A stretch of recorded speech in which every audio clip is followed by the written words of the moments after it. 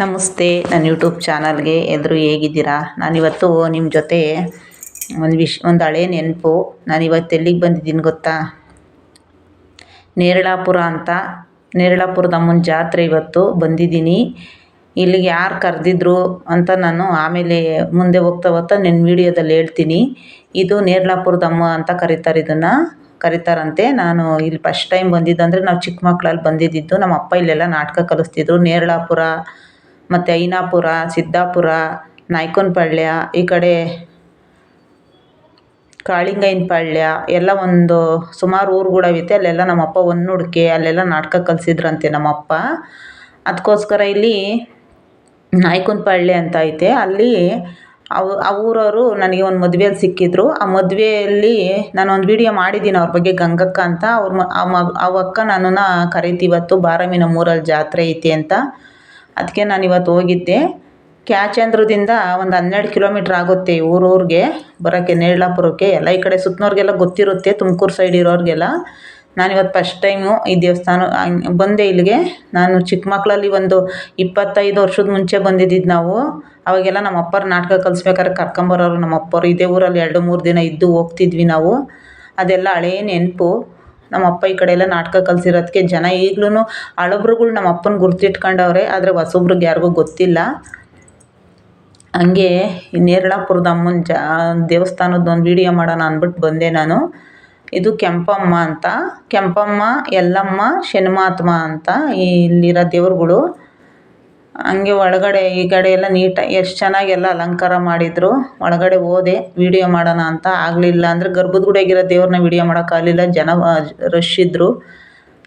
ಅದಕ್ಕೆ ಈ ಕಡೆ ಕೆಂಪಮ್ಮ ದೇವರಿದ್ದು, ಈ ದೇವ್ರನ್ನೂ ಇದು ಕೆಂಪಮ್ಮ ಅಂತೆ. ಇದನ್ನು ವೀಡಿಯೋ ಮಾಡ್ಕೊತಿದ್ದೆ.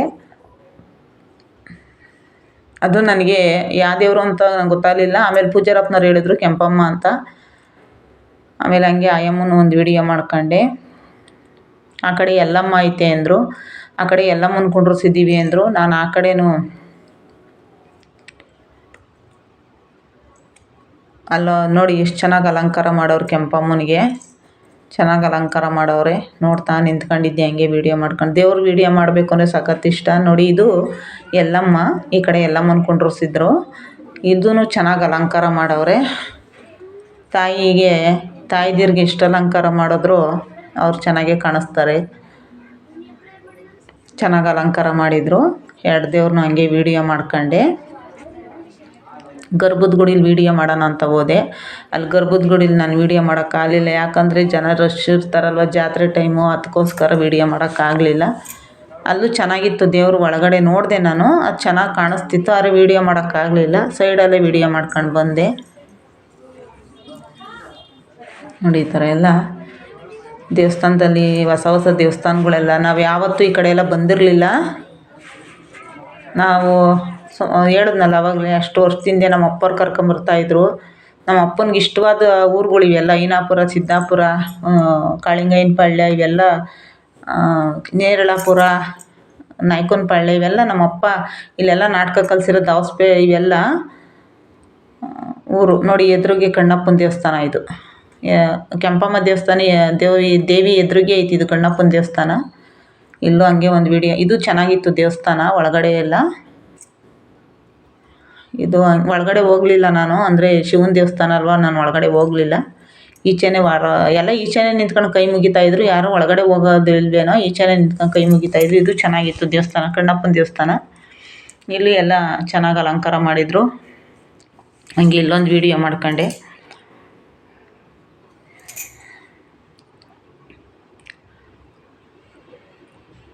ಚೆನ್ನಾಗಿ ಕಾಣಿಸ್ತಾ ಇತ್ತಲ್ವ ನಮಗೆ.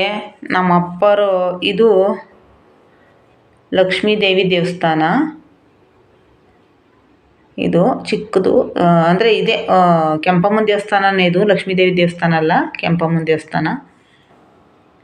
ಇದು ಶನಿಮಾತ್ಮನ ದೇವಸ್ಥಾನ ಅಲ್ಲೇ ಪಕ್ಕದಲ್ಲೇ ಐತೆ. ನಮಗೆ ನಮ್ಮ ತಂದೆಯವ್ರ ಕಾಲದಲ್ಲಿ ನಮ್ಮ ತಂದೆಯವ್ರ ಜೊತೆಗೆ ಹೋಗಿ ನಾಟಕಗಳು ಊರಿಗೆ ನಾಟಕ ಕಲ್ಸೋತ್ತ ಹೋದರೆ 1 ದಿವಸ 2 ದಿವಸ ಅಲ್ಲೇ ಇರ್ತಿದ್ವಿ. ಅಲ್ಲೆಲ್ಲ ನಮ್ಗೆ ಊಟ ಎಲ್ಲ ಕೊಡೋರು. ಆಮೇಲೆ ಚೆನ್ನಾಗಿ ನೋಡ್ಕೊಳ್ಳೋರು ನಮ್ಮನ್ನು. ಮೇಷ್ಟ್ರು ಮಕ್ಕಳು, ಮೇಷ್ಟ್ರು ಅಂದ್ಬಿಟ್ಟು, ನಾಟಕದ ಮೇಷ್ಟ್ರು ಅಂದರೆ ಒಂದು ಗೌರವ ಇತ್ತು ಅವಾಗ ಊರಲ್ಲಿ.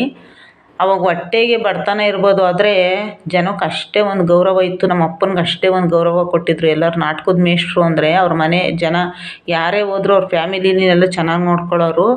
ಆಮೇಲೆ ರೇಷನ್ ಕೊಡೋರು ನಮ್ಮ ಅಪ್ಪನಿಗೆ, ತಿರ್ಗಾ ಊಟ ಎಲ್ಲ. ಆಮೇಲೆ ಪ್ರಾಕ್ಟೀಸು ನಾಟಕ ಮುಗಿಸಿ ಈಚೆಗೆ ಬರೋವರೆಗೂ ಅವ್ರ ಊರಲ್ಲೇ ಊಟ.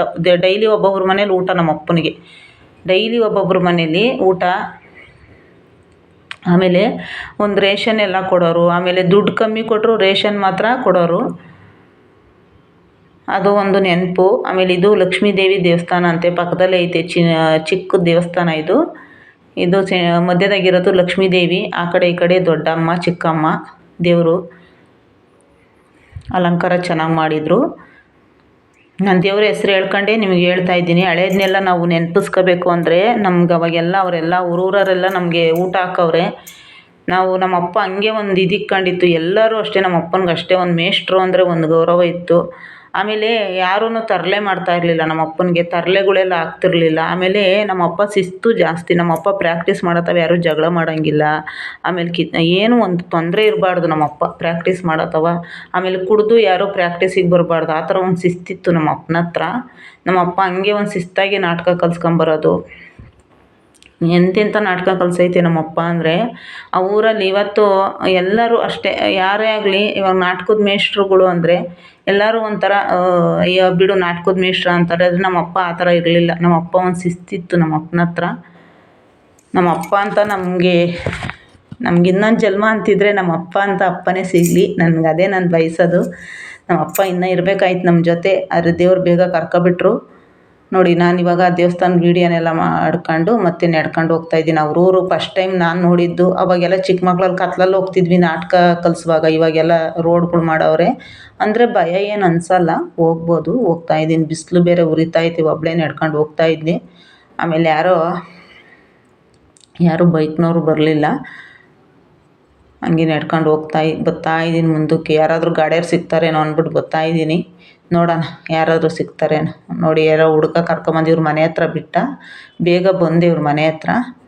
ನೋಡಿ, ಇದೇ ಅವ್ರ ಮನೆ. ನಮ್ಮಪ್ಪ ನಾಟಕ ಕಲಿಸಿತ್ತಲ್ಲ, ನಾಟಕದವರು ನಮ್ಗೆ ಊಟ ಹಾಕಿದ್ರಲ್ಲ ನೋಡು, ಅವ್ರ ಮನೆ ಇದು. ಆರತಿ ಎಲ್ಲ ಮಾಡಿದರು ನೈಟು.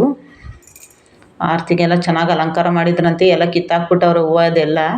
ನೋಡಿ, ಈ ಥರ ಇಷ್ಟು ಚೆನ್ನಾಗಿ ಆರತಿ ಮಾಡವ್ರೆ. ಅಂದರೆ ಎಲ್ಲ ಕಿತ್ತಾಕವ್ರೆ, ರಾತ್ರಿ ಮಾಡೋ ಆರತಿ ಅಲ್ವಾ, ಹಂಗಾಗಿ ನಾನು ಬೆಳಗ್ಗೆ ಹೋಗಿದ್ದಲ್ವ. ಹಂಗೆ ಅದೊಂದು ಸ್ವಲ್ಪ ಹೊತ್ತು ವಿಡಿಯೋ ಮಾಡಿದೆ. ಇವರೇ ನೋಡಿ ಅವ್ರ ಮಗಳು ಗಂಗಕ್ಕ ಅಂತ. ನನಗೆ ಒಂದು ನಂಬರ್ ತಗೊಂಡು ನನಗೇನು ಈ ಸಲ ಫಸ್ಟ್ ಟೈಮ್ ಜಾತ್ರೆಗೆ ಕರೆದೈತೆ. ಇನ್ನೇನೇ ಫಂಕ್ಷನ್ ಆದರೂ ನಾನು ಕರಿತೀನಿ ಬಾರಮ್ಮಿ ಅಂತೈತೆ. ಒಳ್ಳೆಯರು ಅಂದರೆ ಒಳ್ಳೆಯರು ಇವರೆಲ್ಲ. ನಾವು ಚಿಕ್ಕ ಮಕ್ಕಳಿಂದಲೂ ಅಷ್ಟೇ ಚೆನ್ನಾಗಿ ನಮ್ಮನ್ನು ಮಾತಾಡ್ಸೋರು ಇವರೆಲ್ಲ, ನೋಡಿದ್ದೀನಿ ನಾನು. ಆಮೇಲೆ ಊಟಕ್ಕೆ ಕೂತ್ಕೊಂಡ್ವಿ. ಆ ಕಡೆ ಕೂತಿರೋರೆಲ್ಲ ನಮ್ಮೂರವರು, ನಮ್ಮ ತಾಯಿ ಊರವರು. ಊಟ ಮಾಡ್ಬಿಟ್ಟು ಬಂದು ಹಿಂಗೆ ಕೂತಿದ್ವಿ ಎಲ್ಲ. ಎಲ್ಲಡಿಕೆ ಬಾಳು ನೋಡಿ ಎಷ್ಟು ಒಂದು ಇದೈತೆ ಅಂದರೆ ನಾವು ಅದನ್ನೇ ಉಳಿಸ್ಕೋಬೇಕು. ಯಾವುದೇ ಎಷ್ಟು ನೋಡಿ, ಇದು ಅವ್ರ ಅಮ್ಮ, ಗಂಗಕ್ಕವ್ರ ಅಮ್ಮ. ನಮ್ಮ ಅಪ್ಪನಿಗೆಲ್ಲ ಇವ್ರು ಊಟ ಇಟ್ಟವ್ರೆ. ಅವಾಗೆಲ್ಲ ನಮ್ಮಪ್ಪ ನಾಟಕ ಇದೇ ನಾಯ್ಕನಪಾಳ್ಯ. ನಮ್ಮಪ್ಪ ಇವ್ರ ಮನೆಯಲ್ಲೆಲ್ಲ ನಾಟಕ ಕಲಿಸ್ಬೇಕಾದ್ರೆ ಊಟ ಮಾಡಿರೋದಂತೆ. ಅದೆಲ್ಲ ಹೇಳ್ತಾ ಇತ್ತು ಕೂತ್ಕೊಂಡು. ಅಪ್ಪ ಅಮ್ಮ ಯಾವಾಗಲೂ ನೆನಪಿಸ್ಕೊಳೋರು ಬರೋರು ಅಂತ. ಆಮೇಲೆ ನೋಡಿ, ಸುತ್ತಲೂ ಎಲ್ಲ ತೋಟಗಳೆಲ್ಲ ಎಷ್ಟು ಚೆನ್ನಾಗೈತೆ. ಇದೇ ನಾಯ್ಕನಪಾಳ್ಯ, ನಮ್ಮಪ್ಪ ನಾಟಕ ಕಲಿಸಿರೋ ಊರು. ಅದೆಲ್ಲ ನೆನಪಿಸ್ಕೊತಾ ಇದ್ರು ಅಜ್ಜಿ. ನಿಮ್ಮಮ್ಮ ಯಾವಾಗಲೂ ಬರೋರು.